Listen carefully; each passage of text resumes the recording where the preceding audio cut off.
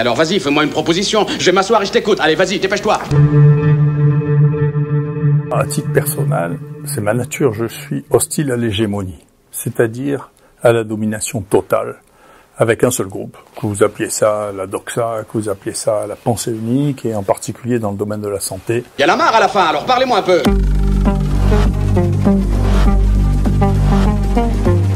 Parce que l'éthique est une chose, la réglementation en est une autre.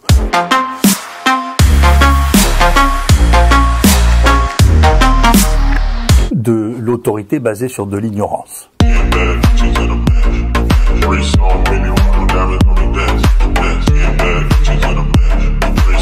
Tout ça n'est pas de la science. De nous faire croire que c'est de la science, c'est la preuve de l'ignorance au pouvoir. Alors vas-y, fais-moi une proposition. Je vais m'asseoir et je t'écoute. Allez, vas-y, dépêche-toi.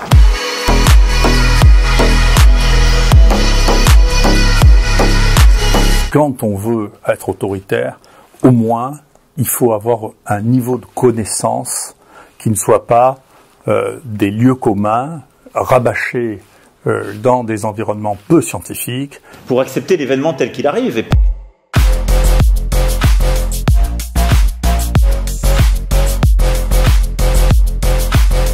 J'ai trouvé qu'effectivement nous étions passés dans une période, pas qu'ici, dans le monde, vraiment d'hégémonie. Il faut accepter que ça nous change. Du discours scientifique qui finit par dire que les gens n'ont pas le droit de manger du curcuma, qu'ils n'ont pas le droit de prendre de la vitamine D, mais tout ça est devenu fou. C'est cette espèce de certitude qu'il n'y a rien d'autre à faire que de donner des médicaments nouveaux qui coûtent très cher et qui ne marchent pas, est devenu quelque chose qui est insupportable. Sans pouvoir tout dire sur ce que ça change en nous.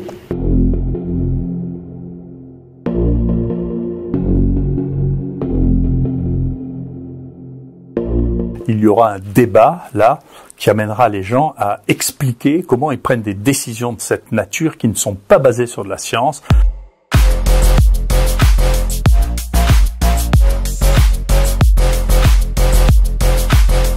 Il faut lui faire confiance. Dis donc, te fous pas de ma gueule, s'il te plaît.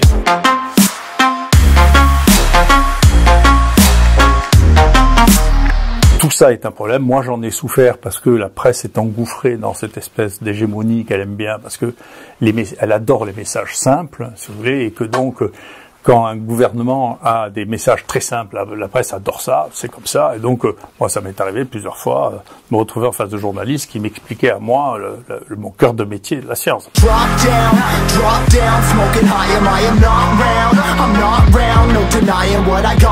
Quand un malade vous sert de cobaye pour vous rapporter de l'argent, on doit lui dire. Ça, c'est dans la déclaration d'Helsinki. Ça n'est pas exigé actuellement dans les CPP. Voilà. Ça, c'est un problème d'éthique. C'est un problème de morale. Pourquoi perdre les bonnes habitudes ? Nous en sommes là.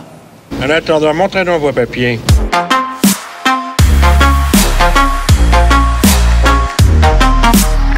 Eddie, qu'est-ce que tu fais là, toi? L'usage des déchets, c'est-à-dire de ce que vous mettez à la poubelle, de le réglementer, c'est une histoire de fou, parce que depuis le droit romain, on sait qu'un déchet, c'est un déchet. C'est-à-dire ce que vous mettez à la poubelle ou ce que vous mettez dans les toilettes, ça n'appartient plus à personne. D'accord? Et donc de faire toute une réglementation là-dessus, quelque chose qui n'est pas raisonnable.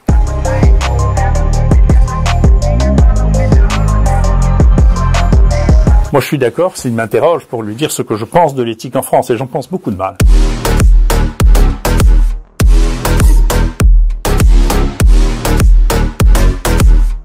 Que le comité d'éthique ne devrait pas être constitué de gens qui ont passé leur vie à être payés par l'industrie pharmaceutique, parce que c'est pas éthique.